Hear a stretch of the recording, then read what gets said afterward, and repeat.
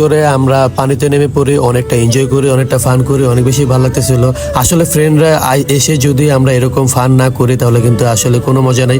সবাই আসলে এরকমই মজা করে অ্যান্ড সবাই এরকম মজা করবেন, আশা করি সবার অনেক বেশি ভালো লাগবে। তো গাইস এই আর কি, এখানে ফান করতে করতে মজা করতে করতে প্রায় অনেকক্ষণ সময় হয়ে যায়। আমরা প্রায় 1 থেকে 1.5 ঘন্টা এখানে গোসল করি। দেন গোসল করা শেষ করে আমরা চলে যাই কলাতলি বিচে। অ্যান্ড কলাতলি বিচে গিয়ে আমরা আমাদের পাটা শুধু ভিজাই। অ্যান্ড ওখান থেকে বলতেছিল আমার ফ্রেন্ডরা তাদের নাকি অনেক বেশি খিদে লাগছে, আমার অনেক বেশি খিদে লাগছিল, যার কারণে আমরা এখান থেকে হালকা পাতলা নাস্তা করে ফেললাম। দেন নাস্তা শেষ করে আমরা চলে যাই সি ফুডের দোকানে, আমরা কিছু সি ফুড কেনার জন্য। অ্যান্ড সি ফুড কিনতে এসে দেখি সি ফুডের যে প্রাইস অনেক বেশি দাম চাচ্ছে, বিকজ এখন সিজন টাইম, এখন অনেক মানুষ আসতেছে, যার কারণে এখন কিন্তু অনেক দাম চাচ্ছে, যার ফলে আমরা এখান থেকে দামাদামি করে এখান থেকে কিন্তু নিয়ে নিলাম।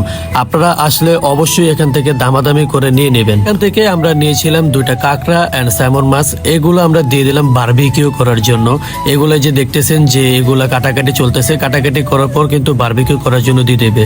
প্রায় এখানে আমাদের 1 ঘন্টা সময় পার হয়ে যায়, আমরা এখানে 1 ঘন্টা ধরে দাঁড়িয়েছিলাম আমাদের এগুলা বারবিকিউ করার জন্য। আর এই যে দেখতে পারতেছেন আমাদের মাছগুলা কিন্তু যে এখানে বারবিকিউ করা শুরু করে দিছে, অলমোস্ট কিন্তু হয়ে গেছে প্রায়, এখন আমাদেরকে দিয়ে দেবে এগুলা। দেন গাইস আমাদের বারবিকিউ গুলা কিন্তু রেডি অলমোস্ট, আমরা পার্সেল নিয়ে চলে আসলাম। আর খাবারগুলা কিন্তু আসলে অনেক বেশি মজা ছিল, অনেক বেশি সুস্বাদু ছিল। দেন খাবার শেষ করে আমরা এখানে একটু ফান করলাম, এনজয় করলাম, একটু নাচানাচি করলাম। এই পর্যন্তই ছিল গাইস আজকের ব্লগটি।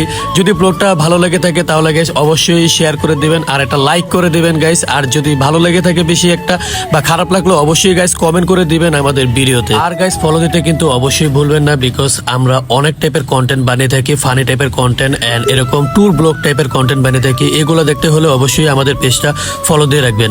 আর যারা ইউটিউব থেকে দেখতেছেন তারা অবশ্যই সাবস্ক্রাইব করে ফেলবেন। থ্যাংক ইউ গাইস, আল্লাহ হাফেজ।